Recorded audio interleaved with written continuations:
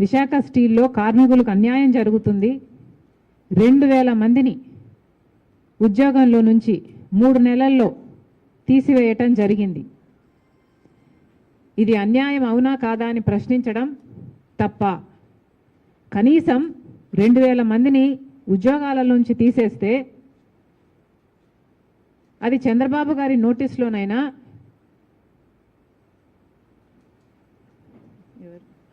పవన్ కళ్యాణ్ గారి నోటీస్లోనైనా ఉందా లేదా? ఉంది అంటే మరి మీరు ఎందుకు స్పందించలేదు? లేదు అంటే కనీసం మేము అక్కడ దీక్ష చేస్తుంటే దానికి మీరు సమాధానం చెప్పకుండా మమ్మల్ని అడ్డుకుంటే, మమ్మల్ని లిఫ్ట్ చేస్తే మరి how is it reflecting on you? పాలకులు సమాధానం చెప్పాలని డిమాండ్ చేస్తున్నాం. 2000 మందినండి, 2000 మందిని తొలగించేశారు, ఇంకో 3000 మందిని తొలగించడానికి సిద్ధంగా ఉన్నారు. అంటే మేము 2000 మందికి ఈ దీక్ష చేయకపోయి ఉంటే ఆ 3000 మంది కూడా రేపో మాపో తొలగించే ప్రక్రియలోనే ఉన్నారు. కనీసం ఇప్పటికైనా పాలకులు మేలుకోవాలని మేము దీక్ష చేయబోతే మీకేమిటి అభ్యంతరం? పోనీ మీరేమైనా సమస్య చూపుతున్నారా? కనీసం సమస్య కూడా చూపటం లేదు. నిజానికి విశాఖ స్టీలు కాంగ్రెస్ పార్టీ నిర్మించిన ఒక ఇండస్ట్రీ. విశాఖ స్టీలు ఎప్పటిదో 1971లో ఇందిరాగాంధీ గారు దాని శంకుస్థాపన చేస్తే, ఆ తర్వాత రాజీవ్ గాంధీ గారు ప్రధానమంత్రి అయిన తర్వాత దానికి కావాల్సిన పూర్తి నిధులు ఇప్పించి ఆ ప్రాజెక్టును పూర్తి చేస్తే, ఆ తర్వాత వచ్చిన ప్రధానమంత్రి పివి నరసింహారావు గారు దాన్ని జాతికి అంకితం చేశారు. అంత గొప్ప ప్రాజెక్టు, స్టీల్ ఉత్పత్తిలో probably the best project in this country. At least it was until a particular period in time. మరి అలాంటిది అంత గొప్ప ఇండస్ట్రీగా ఉన్నది మరి చంద్రబాబు గారు ఏం చేశారు? అంతకుముందు జగన్మోహన్ రెడ్డి గారు ఏం చేశారు? ఇప్పుడు మళ్ళీ ముఖ్యమంత్రిగా ఉన్న చంద్రబాబు గారు ఏం చేస్తున్నారు? పవన్ కళ్యాణ్ గారు ఏం చేస్తున్నారు?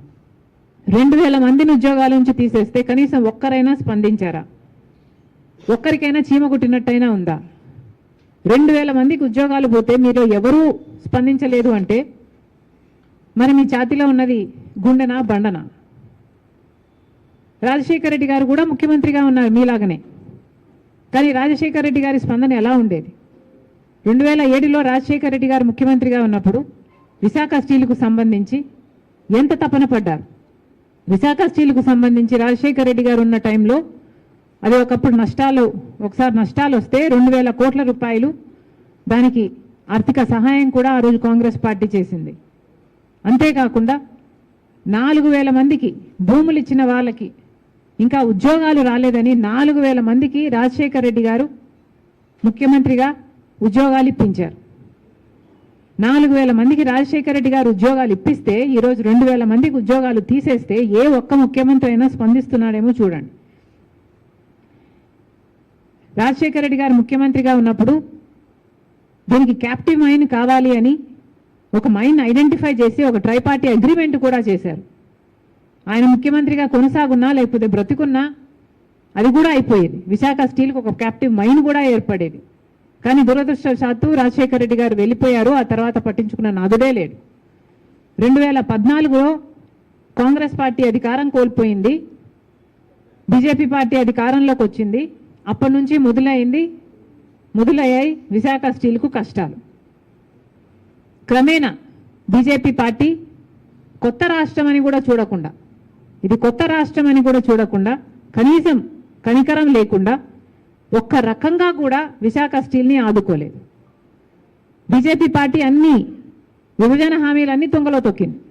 మనకు స్పెషల్ స్టేటస్ గురించి న్యాయం చేయలేదు, పోలవరం గురించి న్యాయం చేయలేదు, రాజధాని గురించి న్యాయం చేయలేదు.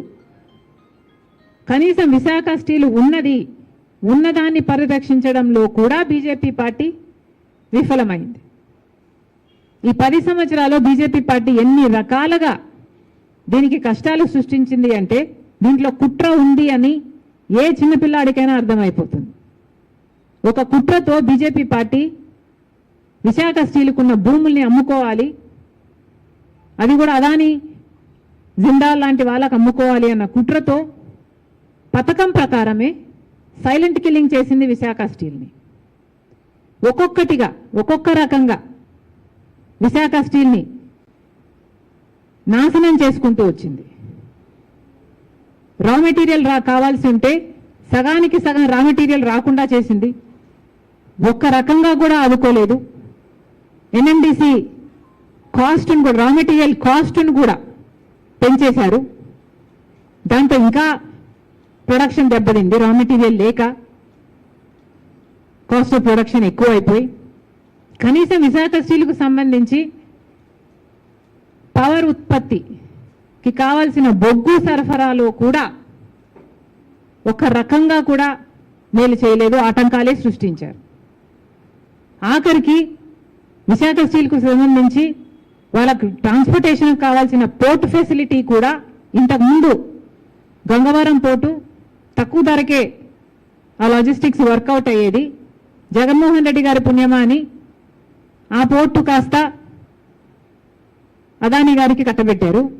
రాజశేఖర రెడ్డి గారి కొడుకై ఉండి రాజశేఖర రెడ్డి గారు 30 ఏళ్లలో ఆ పోర్టు మళ్ళీ ప్రభుత్వం చేతికి రావాలి అని తలంచితే దాంట్లో 20 ఏళ్ళు అయ్యేపోయింది. ఇంకో 10 ఏళ్ళు ఉంటే ఆ పోర్టు ప్రభుత్వం చేతుల్లోకి వచ్చేది. అలాంటి పోర్టుని 9,000 కోట్లు విలువ చేసేదాన్ని 600 కోట్లకే జగన్మోహన్ రెడ్డి గారు అదానికి కట్టబెట్టేశారు.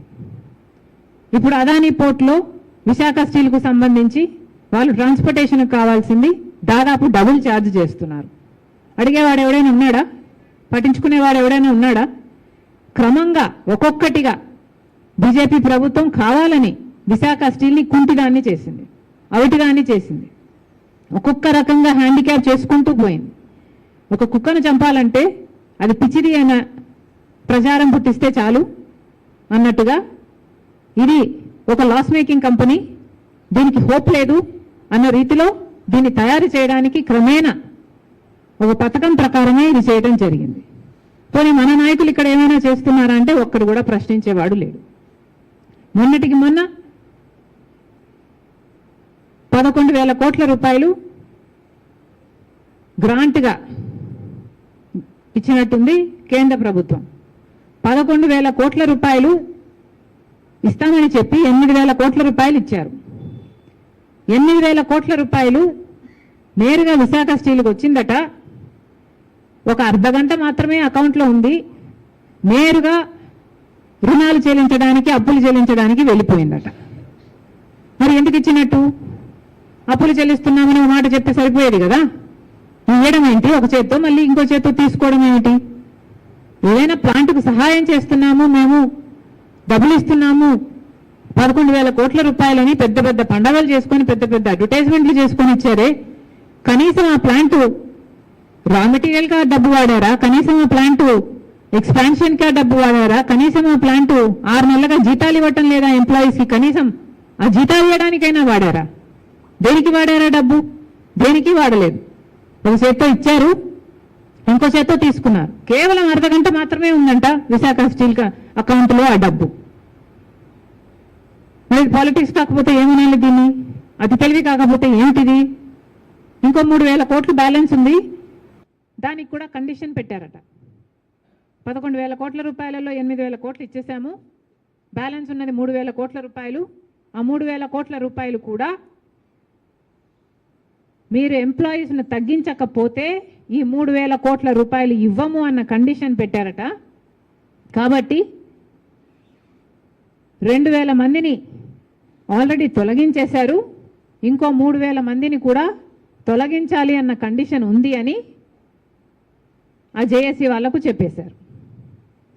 అంటే ఆ 3,000 కోట్ల రూపాయలు కూడా రావాలి అంటే ఈ 5,000 మందికి ఉద్యోగాలు ఊడాలి. ఏమిటండి ఇది? అన్యాయం కాదా? అమానుషం కాదా? ఎవరికి ఏమీ అనిపించటం లేదా? అసలు ఎవరండి ఉద్యోగస్తులు? ఆ విశాఖ స్టీల్ కోసం భూములు ఇచ్చిన వాళ్ళు, ఆ విశాఖ స్టీల్ ఈరోజు ఉంది అంటే వీళ్ళు త్యాగాలు చేస్తే ఆ భూములు ఇచ్చిన వాళ్ళే ఉద్యోగస్తులుగా ఉన్నారు. ఒకప్పుడేమో 24,000 మంది 20,000 మంది పర్మనెంట్ రెగ్యులర్ ఉద్యోగంలో ఇంకొక 14,000 మంది కాంట్రాక్ట్ ఉద్యోగస్తులుగా ఉంటే, అంటే 34,000 మందికి కడుపు నింపే ప్రాజెక్టుగా ఇది ఉంది అంటే వాళ్ళ కుటుంబాలకు కూడా అంతమంది ఎంప్లాయీస్ 34,000 మంది ఉంటే, ఈ సంవత్సరం బిగినింగ్కి కేవలం 23,000 ఎంప్లాయీస్కి దానికి కుదించేశారు. ఇప్పుడు అది కూడా సరిపోదు అన్నట్టు 2,000 మందిని తీసేశారు, ఇంకో 3,000 మందిని తీస్తారట, ఇంకో 2,000 మందిని రెగ్యులర్ ఉద్యోగస్తులకి కూడా ప్రెషర్ పెట్టి విఆర్ఎస్ ఇచ్చి పంపించేయాలన్నది అజెండా అంట. అంటే 34,000 మంది పనిచేసిన ఒక కర్మాగారంలో eventually by the end of this year కనీసం సగం కూడా ఉండరు. 16,000 మందికి దానికి తీసుకురావాలి అన్నది వీళ్ళ టార్గెట్గా కనిపిస్తుంది. ఇది అన్యాయం కాదా? ఇది అక్రమం కాదా? అసలు ఒక పద్ధతి లేదు, ఒక ప్రొసీజర్ లేదు. ఏది ఎవరిని పడితే వాళ్ళని ఎందుకు తీస్తున్నారు అని అడిగితే దానికి ఆన్సర్ లేదు. ఇప్పుడేమో 45 సంవత్సరాలు నిండిన వాళ్ళందరినీ మెడికల్ టెస్ట్ చేయించుకోమంటున్నారట. అంటే తీసేయడానికి మళ్ళీ అదొక బహానా, ఏదో ఒక రకంగా ఏదో ఒక కారణం చూపి వాళ్ళని తీసేయాలి కాబట్టి ఇప్పుడు మెడికల్ టెస్ట్ అన్న ఇంకో కొత్త ప్రొసీజర్ ఒకటి స్టార్ట్ చేశారట. అసలు చాలామంది ఈ 34,000 ఉద్యోగాలు ఎవరైతే at one point in time 2014లో ఇంతమంది ఉన్నారో వీళ్ళందరూ భూములు ఇచ్చిన వాళ్ళు. మోస్ట్లీ వీళ్ళు భూములు ఇచ్చేసరికి కనీసం ఓ 10,000 12,000 రూపాయలకు ఎకరం ఉండుంటుంది. అంత తక్కువ ధరకి విశాఖ స్టీల్కి భూములు ఇచ్చిన వాళ్ళు వీళ్ళంతా. వాళ్ళల్లో ఇంకా 16,000 మంది 16,000 కుటుంబాలు ఈ భూములన్నీ ఏకం చేసి దాదాపు 26,000 అనుకుంటా ఎకరాలను ఇస్తే 8,000 మందికి మాత్రమే ఉద్యోగాలు ఇచ్చారు. ఇంకొక 8,000 మంది ఇంకా ఎదురు చూస్తూనే ఉన్నారు. వీళ్ళల్లో ఇప్పుడు ఉద్యోగం చేస్తున్న వాళ్ళల్లో భూములు ఇచ్చిన వాళ్ళు కూడా చాలామంది ఉన్నారు. ఏ 12,000 రూపాయలకో లేకపోతే ఇంకా తక్కువకు తీసుకున్నారేమో. ఈరోజు ఒక్కొక్క ఎకరం అది కనీసం 12 కోట్లు చేస్తుంది. మరి అలాంటప్పుడు కనీసం వాళ్ళకి ఇచ్చిన ఉద్యోగాలన్నా భరోసా లేకపోతే ఒక కారణమైనా చెప్పకుండా మీరు తీసేస్తే ఇది అమానుషమని ఏ పాలకులకి అనిపించటం లేదా? ఎవరైనా ఎందుకు ఏ చర్యలు తీసుకోవటం లేదు? 2,000 మంది రోడ్డున పడ్డారు అంటే 2,000 మందికి కుటుంబాలు ఉంటాయి, పిల్లలు ఉంటారు. అక్కడ వాళ్ళని మాట్లాడే మాటలైతే మోడీ గారికి భార్యా పిల్లలు లేరు కదా, మరి మా భార్యా పిల్లలకు ఎన్ని కష్టాలు పడుతున్నారో మోడీ గారికి అర్థమవుతున్నట్టు లేదు మేడం అని చెప్తున్నారు. నిజమేనా? పాలకులకి అసలు నిజంగా అర్థం కావటం లేదా? వాళ్ళకు భార్యా బిడ్డలు ఉండరా? వాళ్ళు భూములు ఇచ్చిన వాళ్ళు కదా. మా రక్తం ఇక్కడ ఉంది, మా శ్రమ ఇక్కడ ఉంది, మా పూర్వీకుల బోన్స్ ఇక్కడ ఉన్నాయి, దే ఆర్ బరీడ్ హియర్. మరి అలాంటప్పుడు మేము మళ్ళీ భూమి అడగటం లేదు, డబ్బు అడగటం లేదు, కనీసం ఉద్యోగాలు చేసుకొనివ్వండి అంటే కనీసం ఉద్యోగాలు కూడా చేసుకొనివ్వకుండా అకారణంగా ఏ కారణము చెప్పకుండా మమ్మల్ని ఉద్యోగాలను తీసేస్తున్నారంటే వాళ్ళకి ఎంత బాధ ఉండాలి? వాళ్ళ కడుపులు మండిపోతున్నాయి. వాళ్ళ బాధ చూస్తే నిజంగానే అసలు ఇంత చలనం లేకుండా ఎలా ఉన్నారు పాలకులు అనిపించింది నాకు. 2,000 మందిని తీసేశారు, ఇంకో 3,000 మందిని తీయటానికి సిద్ధంగా ఉన్నారు. ఇది చాలా అన్యాయం. అసలు ఇప్పటికే విశాఖ స్టీల్కు సంబంధించి ప్రైవేటీకరణ అనే కత్తి వేలాడుతూనే ఉంది. 2021లో చెప్పిన దాని ప్రకారము విశాఖ స్టీల్ని ప్రైవేటీకరణ చేస్తాము అని కేంద్ర ప్రభుత్వం చెప్పింది. ఆ తర్వాత ఇటీవల ఒక క్వశ్చన్కి ఆన్సర్ ఇచ్చిన ఒక రిప్లైలో మళ్ళీ కేంద్ర ప్రభుత్వం చెప్పింది ఆ నిర్ణయం అలాగే ఉంది, ఆ నిర్ణయాన్ని ఉపసంహరించుకోలేదు అని. అంటే ఇప్పటికీ కూడా విశాఖ స్టీల్ని ప్రైవేటీకరణ చేయాలన్న ఉద్దేశం బీజేపీకి ఉంది అని తెలిసి కూడా చంద్రబాబు గారు, పవన్ కళ్యాణ్ గారు మద్దతు ఇస్తున్నారు. ఎందుకు ఇస్తున్నారో వాళ్ళకే తెలియాలి. మనకి ఏం మేలు చేశారని ఇస్తున్నారు? మనకేమన్నా స్పెషల్ స్టేటస్ ఇచ్చారా? లేకపోతే పోలవరం ప్రాజెక్టు మనల్ని 45 మీటర్లలో కట్టుకోమంటున్నారా? ఏదీ చేయటం లేదు మన కోసం. కనీసం విశాఖ స్టీల్ని ప్రైవేటైజ్ చేయము అన్న ఒక మాటన్నా చెప్పగలుగుతున్నారా వీళ్ళు? చెప్పించగలుగుతున్నారా వీళ్ళు? కనీసం అది కూడా చేయలేకపోతున్నారు కదా. మరి ఇది అన్యాయం కాకపోతే ఏమిటి? ఈ రాష్ట్ర ప్రజలు ఓట్లేస్తే మీరు గెలిచింది కాక కేంద్ర ప్రభుత్వంలో బీజేపీ పార్టీని, మోడీని కూడా నిలబెట్టారు. మరి అలాంటప్పుడు ఈ రాష్ట్రానికి ఏం మేలు జరుగుతుందండి? ఈ రాష్ట్రానికి ఏం చేస్తున్నారు? ఈ రాష్ట్రానికి జరగాల్సిన మేలులు గత 10 సంవత్సరాలుగా చేయకపోగా ప్రతి 10 సంవత్సరాలుగా మీరు వెన్నుపోటు పొడుస్తూనే